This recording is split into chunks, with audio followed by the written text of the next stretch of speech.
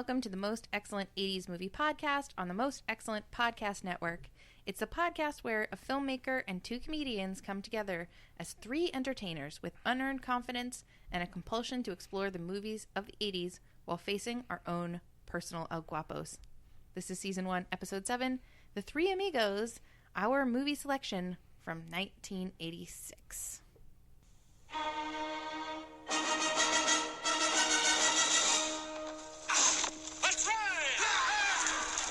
Three Amigos. They were the biggest stars of their day. The Three Amigos are history. But that was yesterday. Look, boys, I know show business. Something always turns up. Telegram for the Three Amigos.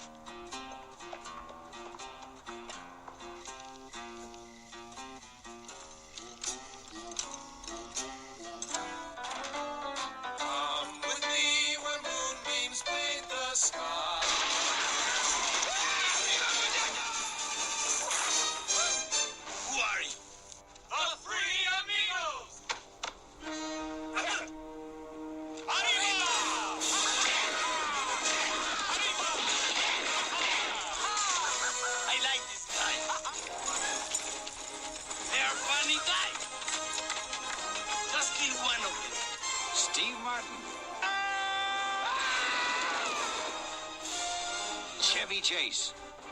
Do you have anything besides Mexican food? Martin Short.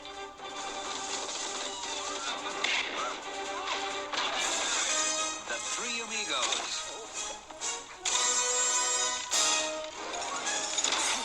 Throw down your gun! Not you, Dusty! Sorry! Hey! They are so brave. Whoa, horseman! Three Amigos. I'll come back one day. Why?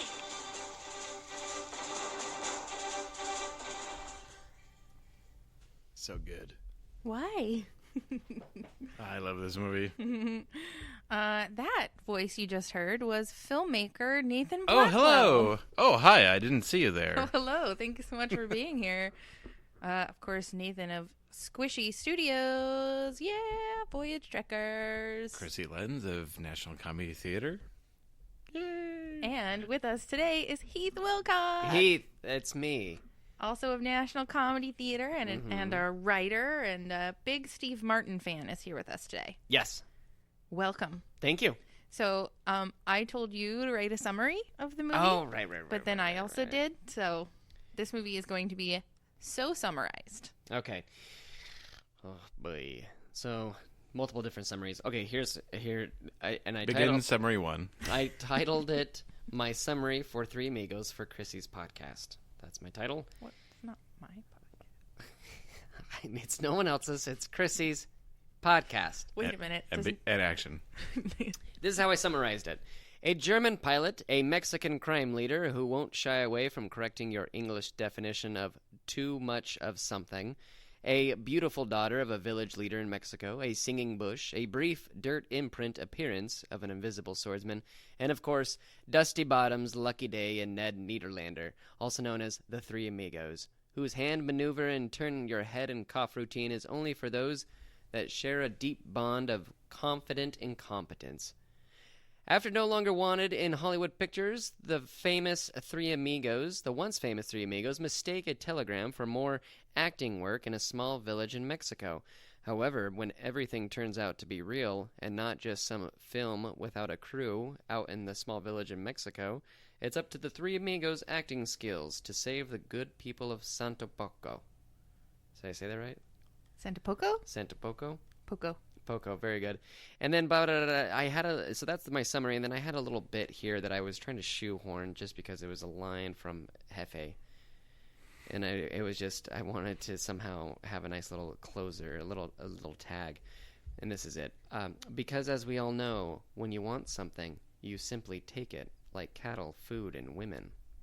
Anyway, that's from Jefe in regards to when he was trying to tell El Guapo of who he really is, and that you don't need to ask your El Guapo when you want the. I want to do his accent, but then I'm like, is that racist? Yeah, of probably me? shouldn't. Because it's a very exaggerated accent of Jefe. Like, it's very put on, I felt. Like, Oh yeah, really- it's not his real accent. No, it's very thick. Like, I've seen him in other stuff. That's not his accent. it's a thick accent, and I know it's 86. And we were fine with that stuff. Oh, yeah. back then. Of some of the movies we've seen, this is the least racist. It is. That's true. It really is. But he does that accent, and I want to do it. Then I was like, I don't know if I can. I don't know.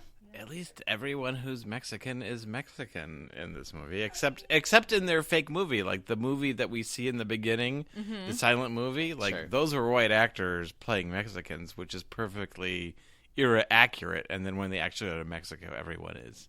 really. Mexican. Yeah. Mexico. Well, they walk into the bar. Excuse me, we're not Mexicans. All right, so I also made a summary just to be dumb, and because I thought of it when I was explaining to Heath what a summary would be like, and I'm going to share it with you because, as Heath says, this is my podcast.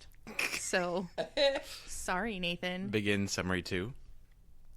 Well, this is a story all about how three amigos made some movies then got kicked out. They were chilling in their undies by the side of the road till they got a telegraph to come to Mexico. Well, once they got down there, they thought it was an act until the Bonitos got real and the amigos got attacked. They wanted to turn around and run away, but in the end, they decided to face their old Guapos and save the day. So that's Yay! Now I'm going to reread mine again. okay. Just so you get the For last Chrissy's summary. podcast. With a horrible accent. With Hefe's accent. Yeah. So this is one of my favorite movies. One of my favorite action comedies, genre comedies. This is one of those movies that's written into my DNA. Like I watched it 100 times as a kid. Do you think you have it memorized? No. I'm sure it's been a couple of years since I've seen it, but yeah, every moment, when it's it's burned into your brain when you can remember all the sound effects. Mm-hmm. Yeah. This is definitely one of those movies. Not just the quotes, but the way they're inflected and everything. And not to make it about me, but Because it's not your podcast. no, it's not mine. But I feel like this movie and a lot of the other movies that were on HBO all the time when this came out, like Pee-wee's Big Adventure and Big Trouble in Little China, they're so ingrained in me. I can't. These are so influential on the stupid comedies that I do. I can't help it. And repeat, especially early on, repeating some of the same character silliness and things like that. Mm-hmm. Well, if there is a movie that's going to inform your comedy, it should be this one. This is top notch. I also And it saw bombed. this movie. It bombed. Nobody liked it. Roger Ebert hated it and famously said it to Chevy Chase on a chat show. Did he? Dick Oh. move. Yeah. Oh, that's right. He said what his least favorite movie of the season was. Yeah. Well, Chevy Chase was there to promote it. Yeah. Dick move. But I definitely have this movie memorized. I've seen it so many times. And my kids also love it. They also have it memorized, and they watch it constantly. We have 8 copies on DVD and several copies on VHS, just in case they can't find one when they need to. They just need to watch Three Amigos right now. If I had children, I would force them to watch this movie. Mm-hmm. Yeah, my kids love it. They think it's hilarious. Rocket's favorite part is the part where they just hold that one note for 14 seconds at the very beginning. It's funny, the layers, the things you like as a kid and the things you like later. The stuff that's the broadest and most cartoony, I'm sure, was the stuff that I loved as a kid. Oh, My Little Buttercup. Yeah, for sure. The sing along, the campfire sing along, and then all these other stuff, and then I feel like the stuff that I love as I got older is probably the stuff Steve Martin put in. Oh, I'm sure. The plethora and all the little different character gags, like El Guapo doing the Arabian Night photograph session. Yes. It's He's where the interested F in is? arts Where is and that coming? culture. It's excuse me for a second, and No one ever says anything about it. It's like the moment from Vacation where he's putting the dishes back into the cupboard. Nobody says anything about the fact that El Guapo is having a staged photograph taken of his men and his women in Arabian Nights settings. Yeah. I love it. So, and I need to come back and talk about that scene, the plethora scene. Yes. I need to talk about it, but we'll stick a pin in it. put a pin in it. Put a pin in it. Heath, do you you're a little baby, Yes, so I was only 6 months old when I saw this. but you're a huge Steve Martin. But I went to the theater by myself. My 6 month, I just rolled over. Put down my that. money. I just rolled as a potato. Went in there. So yeah, I was still young when I watched it because my parents really liked it, especially my dad. My dad's always, he's the one who got me in Steve Martin. He always liked Steve Martin, and they would always say to me, "We took you down there." Where they filmed Three Amigos, because it's in Tucson at the old Tucson studios that have filmed famous films like Arizona. I think that was the first one that was filmed there. It's called Arizona. It's like 1940. Okay, I was like, are you trying to think of Raising Arizona? Raising Arizona, which is also like down there as well. Tombstone, just to name. Oh, it's just a name of another one. Tombstone. Yeah. Name dropper. So they took me down there, and I think there's actually an old picture of me as a baby in front of El Guapos fortress area, like the big with the If big we find it, we'll doors. post it. Mission. Like that, yeah, that big, and it's there's like little shops and stuff leading up to it because that's it's just they're all set pieces. That's well, I so mean they're like the crazy. real places, Yeah. real things that are still up, and I think they still do. I'm pretty sure they still do tours down there. I think that's still going on and stuff. Probably. For the the people OK still talk crowd. about. Do they have like El Guapo impersonators and reenactments of this? That would be amazing. It's just for the Three Amigos. Right, yeah. It's just for the Three They Amigos. just redo scenes from it. I would go to that. I know. I That would have to be amazing. Yeah, I would get in my car and see that tomorrow. Yeah. Let's start it. Why don't they do that with the Bill and Ted's Circle K? I would go, but people still talk about it. Like oh yeah, the Circle K. at the. What was it in Phoenix? It's in Phoenix. No, It's in Tempe. Yeah. Oh, is that the one in Tempe? It's not far from here at What all. is it? Like Southern and It's rural, and which is rural and Baseline. Oh, We've okay. been there together. Yeah. even. I know where it's at. And the bowling alley and Yeah. and Waterloo. What I was gonna say is, so I liked it as a kid because I knew it was goofy and I liked Steve Martin. I liked it and I laughed because it was silly to have the animals singing. Just for, some of the physical stuff. When they drink the tequila and Yes, and then of course like Buttercup, and then the gag with the water when they're trapped in the desert, and Chevy Chase's character is putting on chapstick. so that's the perfect rule of threes. Like you get that with the Three Amigos. You get the comedy rule of threes. Just it's laid out for you. Like how lucky to have two best friends so that you can always do comedy bits like that. Where like Lucky has no water; it just drips sadly into his mouth. Ned has dirt for some reason. in his Dirt, but it's canteen. not a little bit. It's like a just whole thing he empties out as exaggerated, just dirt into his face, And then Dusty has so much water he just tosses it out. on and the he keeps ground. drinking it and like puts on his face, and then gargling. and then his line is chapstick, Yeah. and lip balm. Lip balm. lip balm. Oh yeah, lip balm. So as a kid, I knew it was funny. It made me laugh, but it wasn't until I got older. Of all the jokes, of all the funny lines, the very silly things. Like I never knew clever it is. how funny it was when he's like, "Are you the singing bush?" And then like it kept, Let me talk "Let to me him. talk." Are you the singing bush? And then of course, when they summon the invisible swordsman and he falls dead, like that just made me laugh so hard. It's so good. At the lead up and the tension, and then they kill the invisible Yeah. swordsman. But a lot of the jokes. That's something I love about movies from the 80s, though, like, in particular, is that you can watch them as a kid with your own family. And the things you don't get, you don't get. Like, you don't know what that foreplay joke is all about Right. until you're an adult and you watch it. And you're like, oh, okay. Yeah. But then you can turn Mom, around. what is foreplay? My little buttercup. Yeah, you Don't watch ask it your with dad; your he won't know. Like, that's what I love. That's what I love about Three Yeah. Amigos and, like, things like Ghostbusters and Back to the Future and stuff that you can sure. turn around and watch again as an adult. And it holds up, and it's still funny, and kids still like it, and it's so great. Yeah, and I love that they have their three little characters. Like, their characters are all, like, they have their set roles. Of course, Lucky is the brains of the operation. Like, he's the selfish one. He gets them fired in the first place by asking for more money. Right. So he's, like, the Slytherin, right? Sure. And then you got Ned, he's like the heart, right? Yeah. He's small, but he's like actually the strongest one of them. Like his line in there, we ride, we fight, we love. He's the we fight. So he's their Gryffindor. Right. And he's the deadliest of them, we learn. And then you got Dusty. That's right. Just like Gryffindor is the deadly. And then Dusty's like dumb, careless, and sweet. Like, but he's the lover, right? His line is "We love," so he's your Hufflepuff, and there's no Ravenclaws, I guess. Seen some cufflinks, mother of pearl. Oh my god, they're so funny.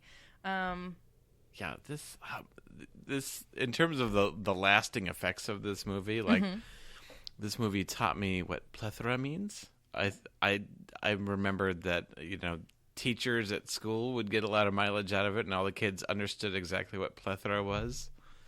The definition, as far as I understand it, it's too much of something. Yeah, they had too many pinatas. Yeah, there were too many.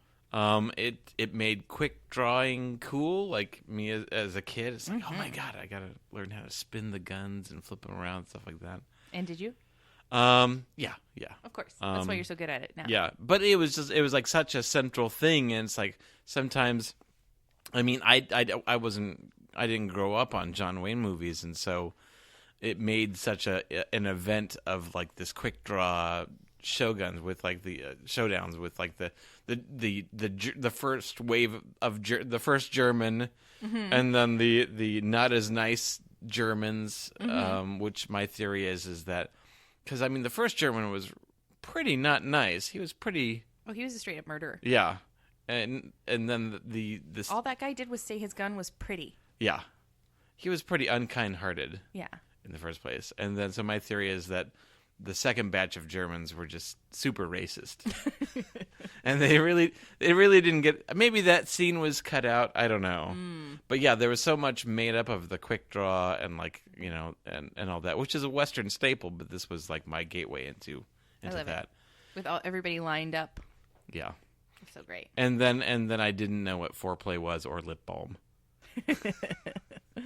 And now, as an adult, there's still question marks. The comedy of this movie is just so well paced, though, and so like start to finish, there's not a moment that passes by that doesn't have 8 jokes sort of happening at the same time. Like that first meeting of them in the studio office where they get fired. You've got John Lovitz in there and Phil Hartman and Fat Tony from The Simpsons, whose name is Joe Montana. And they're all just so hilarious, and they're kind of doing these big characters. And when they get fired, Phil Hartman just picks up a phone and doesn't say anything. He just picks it up and goes, "Wardrobe, take the Amigos' clothes," and people take the Amigos' clothes. Yeah, hustle in and take their clothes. That's such a brilliant bit to me.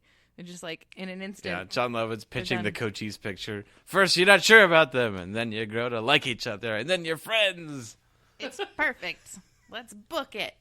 And Steve Martin gets them all fired. Where like little Ned's just like, "Oh, you gave us these clothes. They're from those darn Amigos."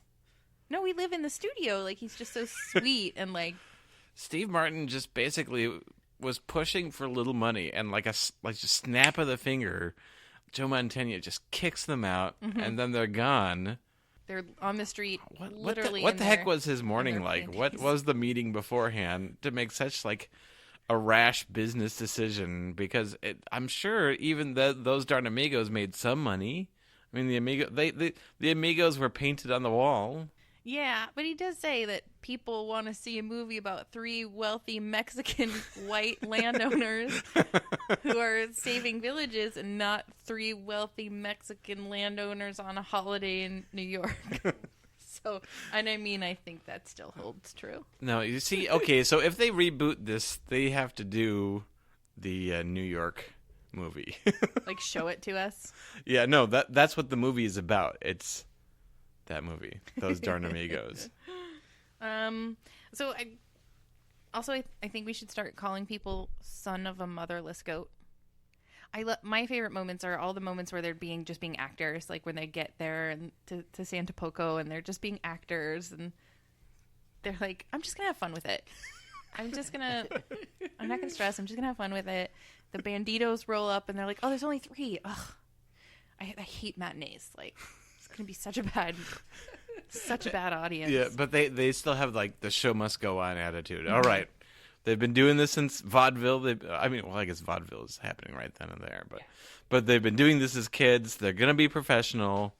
Yeah, I love how the real quote unquote realness of like the bad guys and the real world goes to their just kind of bubble world of Hollywood and actors, and it's such a funny comment.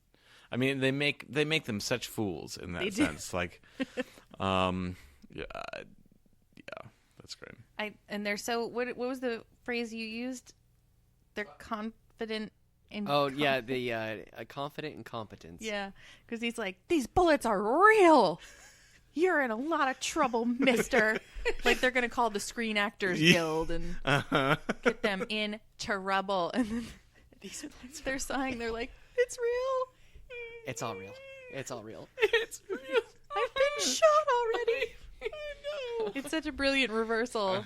But every little moment just has bits that you maybe don't even see. Like, when they're on the prairie, they're singing their song, and they're like, okay, so we went back and got direction. How far do you think we went before we had to go back and get directions? Just 3 or 4 miles. Okay, we head east. They all point in a different direction. No one notices. I think, it seemed like their journey from Santa Poco to El Guapo's lair took like days. Oh, yeah. Or at least like 20. I think that they literally just went the wrong way. Because it seems like, when El Guapo is at his base and he says, "Oh, we'll just go in the morning." It sounds like it's just a 45-minute jaunt. Yeah. But then their instructions are to find the singing bush and then summon the invisible swordsman. Who gave them these instructions? Like, and why is there magic in this universe? and then Carmen at the end of the whole thing at the mission, she kicks open the doors and she's got all these horses. Did she have to go through the singing swordsman also? Well, he's dead now. Yeah. He did. I love that part. Yeah, where did they get these directions? Yeah, they 'cause at must the end have they taken just the fly wrong the way. Plane. Yeah. They just fly the plane straight home. It seemed like we need someone to break down how long that plane flight was and how long the trip actually was. How long did they have to sew the costumes? Oh, there we go. That's the metric. How long it takes to sew, 50, 100 costumes? Because they were right behind them. They got on the plane. Yeah, because so the end is that they. So have... that was definitely the same day. It's not like they're taking like a hyperspace route from the mission to the town. Yeah. That's the actual duration of what it takes to get to the town. The bandits are right behind them. Yeah. And so they so it's Magnificent Seven, and it's also Galaxy Quest. Yeah. So. And it's also a Bug's Life. And the Seven Samurai.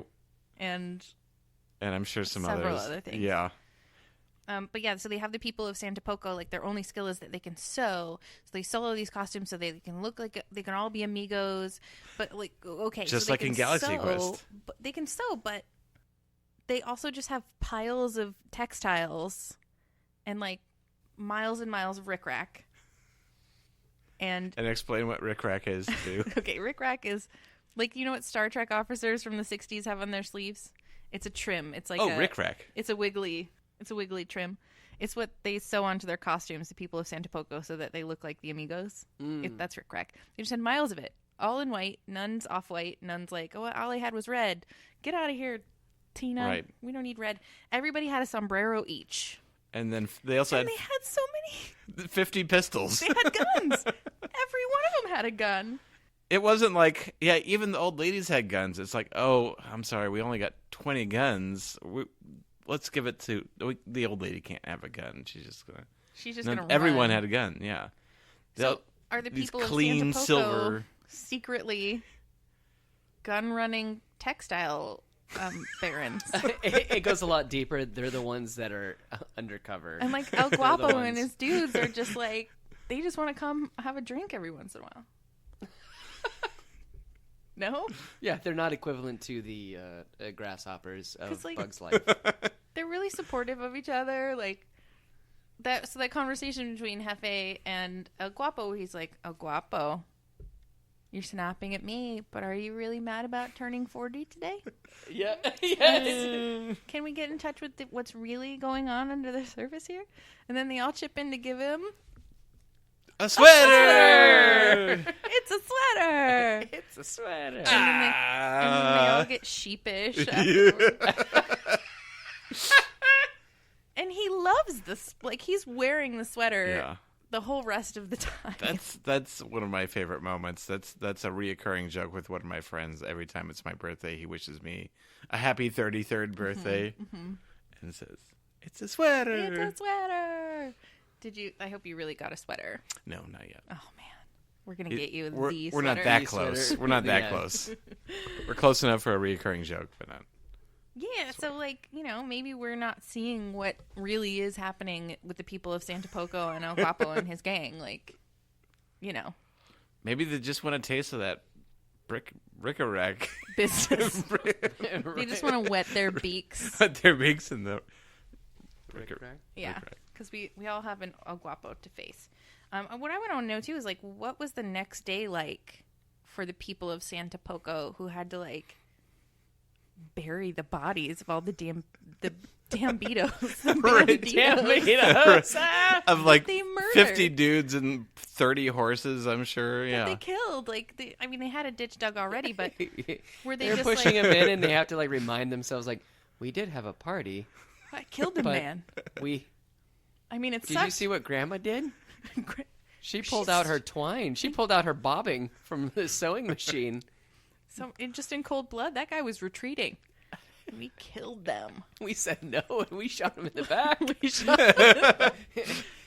We can't stay here. We can't stay here. Everywhere I look, I'm reminded. Yeah, and then cut away. They all walk away, and their village is burning, and they walk towards the camera. Mm-hmm. They just have to leave it all behind. They go to a new village. They see that's my idea for a sequel. Yeah. Is as they go off, we're the Three Amigos. Mm-hmm. They go off into the sunset.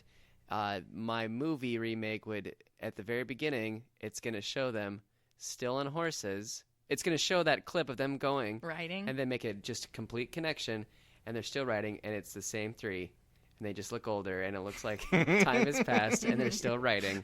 Are they going from village to village? Like, I don't know. Part of me wants to say, like, the first line would be like, "I thought you knew where east was," they all point. and they all point in a different direction, or like some sort of line in the callback. And they keep going, but then it's going to deal with the consequences of what happened in the first. So, like, they're going to go to a new village, and there's going to be, like, little kids wearing Three Amigos outfits. Like that Rick, like, they had so much material, like, pretty soon everyone's wearing it. Like how people from the Super Bowl, like how they send the not winning Super Bowl shirts to... To homeless children. Yeah. It's So- like that. Yeah, so, like, everyone's dressed up as the Three Amigos, and they become kind of like myths. There's a plethora legends. of revolvers. They're like, once you guys, you don't know how it works. When you got rid of the banditos, El Guapos banditos, the people of Santa Poco started coming to our village dressed like you with a whole bunch of guns, demanding we pay them Yeah. tribute. And then the first line, Carmen, like when she shows up, and like Steve Martin says, he says, you I'd like, come back one told you day." I'd come back, and she goes, and I told you why. And she's upset, by it, and now she's kind of like the new leader. Is this podcast always going to end with like a dark retelling of what happened? Okay, so I actually wanted to do like a modern recast, even though like of course we shouldn't do it. Like it's a perfect movie. Let's not remake it. Let's not recast it. But I think that we can all agree that what Americans like most is taking a beloved childhood comedy classic and redoing it with women in the lead. Yeah, that worked well. Yeah. So with that in mind, I think you could do this movie with Melissa McCarthy in the Steve Martin role, and with Kristen Wiig in the Chevy Chase role, and with Kate McKinnon. There you go. Thank you. Yeah. In the Martin Short role. That'd be great. Or if you wanted to go younger, you get Kristen Bell in there in the Steve Martin role. You get Tiffany Haddish in there, and then Ellie Kemper. She's great. Yeah, and El Guapo, you go Lily Tomlin. I like that. So please tell me how much you love that idea, internets. How much you want to see that happen. Lily Tomlin is El Guapo. To be so good, and they just like do her up with all the makeup. Oh, that'd be great. That's a great. But who would be Hefe? Who would be Lily Tomlin's Hefe? I me. Send me. I want to be there. Oh, I see what you're doing here. I just want to be like, I got you a plethora of piñatas. Don't be sad on your birthday. Anything else you want to talk about? I want to talk about the gorgeous woman who shows up at the end, who was like hiding for the rest of the movie, and then like there were always like 3 women doting on them. So one of them disappeared, Yeah. killed in gunfire. Oh no. Yeah, she was though, probably. So this playmate who shows up at the end. Mm-hmm. So where was she hiding during the movie?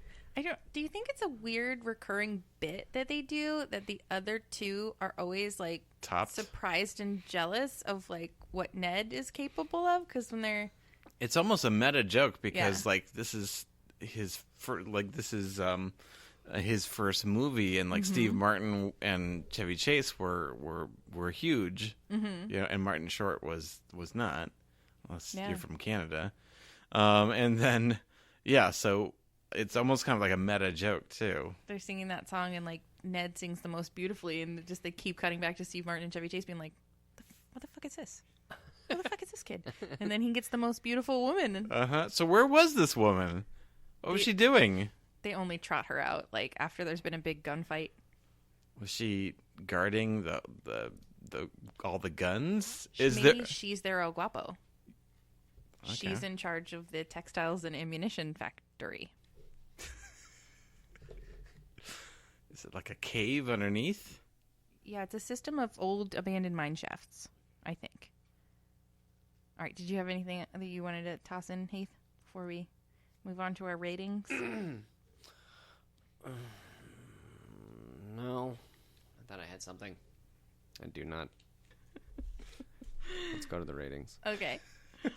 So, on a scale of 1 piñata to a plethora of piñatas, which is too many piñatas as we know, Right. how many piñatas do you, in the year 2018, give Three Oh, Amigos so this is in adjusted for 1986? inflation. Yeah, exactly. It is 100%. Okay. Well, it made it sound like a plethora is bad, but you can't have too many. One of- could argue it's too much. Great. Too much. It's Too too much. many. So I would say, well, I'm gonna go with complete. Go with it with the too much. The plethora. I loved it. I still love it. I loved it as a kid. I loved it every age. I loved it as a teenager when we still quote it. It's so quotable. So many funny lines. Just a great film to feel good. If it's ever on TV, if I see it, if I want to pop it in, we have it on, of course, DVD, and it makes me feel good, makes me happy. I love watching it. Yeah, it's real good. Oh, I did want to say I read that other possible casting choices were going to possibly be Bill Murray or John Belushi. yeah. That would have been weird. As who? Just in the different various roles. And then Rick Moranis was their other choice of Martin Short. Oh yeah. Yeah, I remember reading about that with Mick. He would have been Moranis fun. being Ned. I think that would have Very been good. different. He would have been the odd duck out rather than like the guy who one ups them. Yeah. Well, but I think too, like a Bill Murray cancels out a Steve Martin because they both have that sort of like that Right. Slytherin quality of like being the selfish one who's the one who's really pushing. Yeah. And I just can't imagine Bill Murray and Belushi in the same movie, the same scene. Well, I guess they were in the same movie, but like in the same like actual trio. You Like know. I can't imagine them being on screen best friends. Right. Right. I mean, they're both in Animal House, or is that Caddyshack? Ah, shoot. Who can remember? So it was those such are- a long time ago. but those are other John Landis movies too. Like Yeah. So where does this rate in John Landis movies? So we've got Trading Places, Animal House. Blues Brothers, Werewolf in London, Coming to America. Where is it? Blues Brothers, right? Blues Brothers 2000. That did no. Never mind. We shall not. That movie, whose name we shall not mention. Yeah, a lot of great movies. I think for me, this one has got to be my favorite because This is definitely the most rewatchable. I want. Like Blues Brothers is a more- classic, but this is Yeah, but like even if you talk about Animal House or Trading Places, like those are great comedies, but they're those R-rated comedies that you can't, you just can't sit down in the middle of a Saturday afternoon and watch that with your kids. Like I want more of this sort of PG-13. It's a popcorn movie. It's a great like genre comedy, which is like my favorite genre. Yeah, And or you know, niche. you can sit down and watch that movie with an 11-year-old and have just as much fun as they are having, and you don't miss the bad words and the boobs. Yeah. Or at least I don't. I don't know how you guys choose to live. That I miss them? Sure. Yeah. But no, I hear what you're saying, and I think Nathan mentioned it just recently, the rewatchability of it, for sure. Like, I'm not going to... It's like popcorn. You just want to keep feeding it into your mouth. You know? Yeah, I'm not going to pop in Animal House, or I like Trading Places, too. That does have boobs. And I could only watch that on TV when I was a kid. So, it's a good movie, but I think Three Amigos is... Yeah, it's the one, if it's on TV, I'm going to stop and watch it. Well, Vacation has boobs, too. And like, Airplane is rated PG. PG, it has boobs. And blowjob jokes. Just wall-to-wall. Blowjob jokes. Wall-to-wall blowjob Blowjob jokes, jokes. bestiality, and pedophilia. Yeah. Oh, yeah. I forgot about the pedophilia one. It's upsetting. Don't Don't watch that with your kids. with the Vacation. Yeah, I saw that when I Rated was a PG. kid, too. Yeah, PG. My parents didn't know. So you give it a full plethora. The full plethora. For Three Amigos, absolutely. And you give it Absolutely. the full plethora? Yeah. Okay. It's I honestly I feel like the whole thing holds up. You know, like the moments that I felt like didn't work are the moments I always felt didn't work, but the moments that were great are still great. I give it a full plethora. So there's one thing that I did forget to mention, which is the real moral of the Three Amigos story. Okay, I gotta So write this there's down. kind of two morals, right? So the first one is like Face you either your need El a Guapo. hero, Uh-huh. face your El Guapo. You either need a hero or just an overly confident idiot. Or actors. Actors save the day, as we all Right. know again and Like again. in Bug's Life and in Galaxy Quest. Galaxy Quest. Another favorite.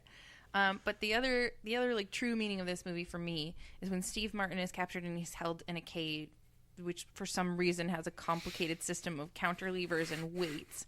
So there's a path to escape. It's an right? escape room. You just have to like be strong enough and willing enough to get to the other side. And Steve Martin's, he's pulling these weights and he's like, gonna make it. Gonna make it. Gonna make it. Gonna make it. Gonna make it. And he gets slammed back into the wall over and over and over again. But in the end, you guys, he does make it. And Right. he Doesn't- saves the day. It doesn't have to be smart. Nope. Nope. You just have to know that you're going to make it. And when you get slammed back into that wall, you say, ow. Some of us have a literal wall that we get slammed into. Yes. Others- For some of us, our Guapo is the real Guapo. Okay? Yeah. For some of us, shyness or anxiety is our Guapo. Right. But I had to say that because, like, for me, that's the part that I'm always like, gonna make it. So, moving on. I give it the full plethora, Okay. too. I think we all agree we love this movie. Yeah? Yes. All right. Is it time for deep cut recommendations? It is time for your deep cut recommendation. So, Keith, as you know, if you look up a movie on IMDb or even Rotten Tomatoes, it'll tell you about that movie, but it'll also say people who liked this also liked that. So it's going to recommend other John Landis movies. It's going to recommend other Steve Martin movies, or it's going to recommend the Magnificent Seven.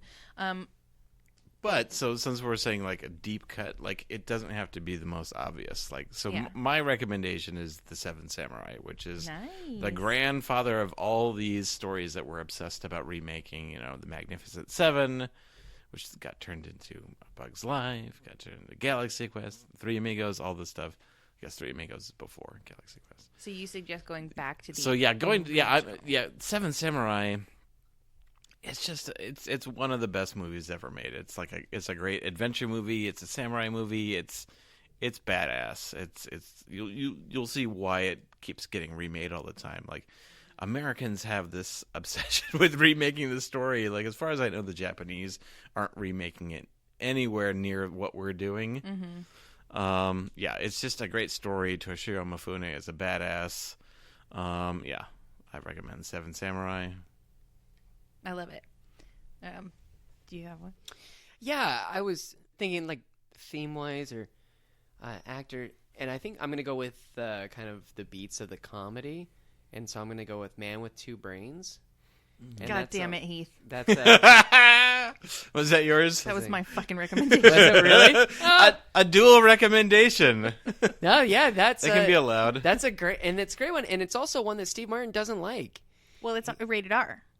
It is rated R because of like language and also like I guess sexual tones because they never consummate their marriage with the girl that Kathleen Turner that he's married to, and she keeps on having sex with the gardener, the pool boy, and like all that, and then and that one's very heavy, kind of a little heavy-handed, like I love your brain, it's all about the brain, not the body.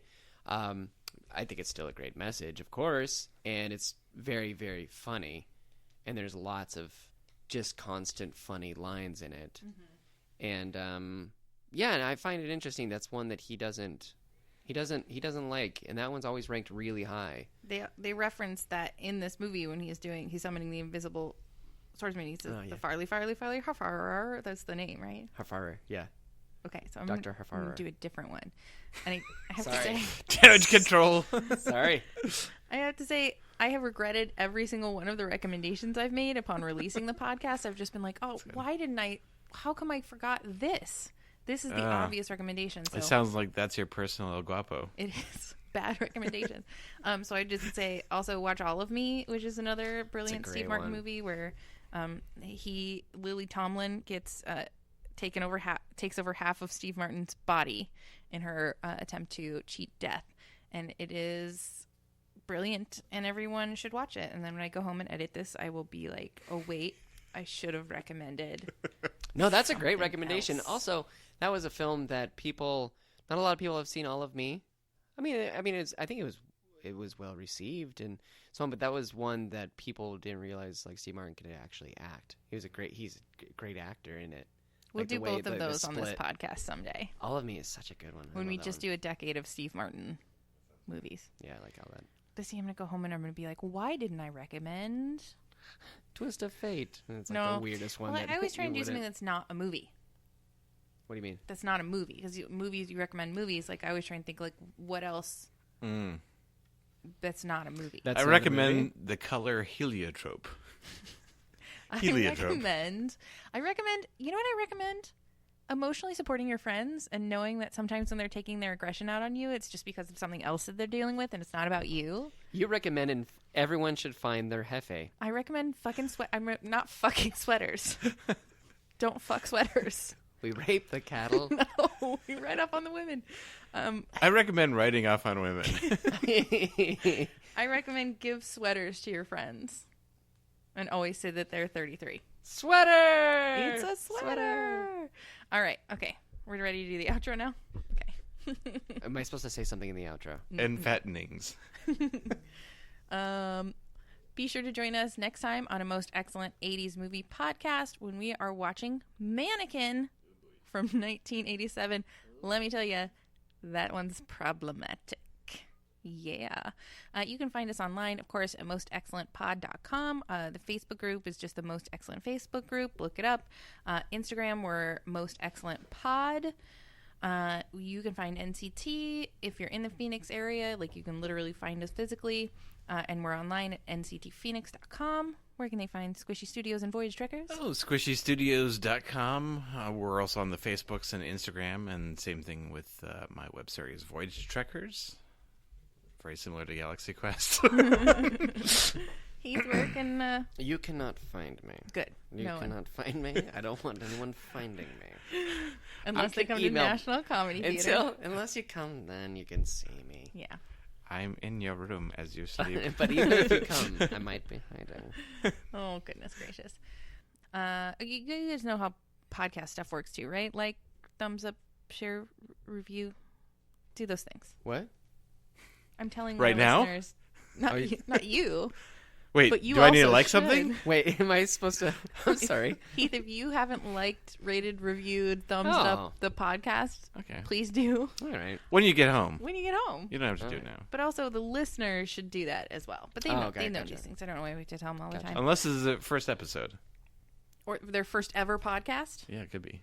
Welcome to the amazing world of podcasts. As you don't know, it helps us out if you like, rate, review, thumbs up, share, tell other people that you liked us. Yeah, do those things. But you also have to, Heath. Am I supposed to do those things? Yeah. Not right now. Jeez, calm down. You can't find me. I'm hiding. Until next time, remember to be excellent to each other, and My little buttercup has the sweetest smile. A smile!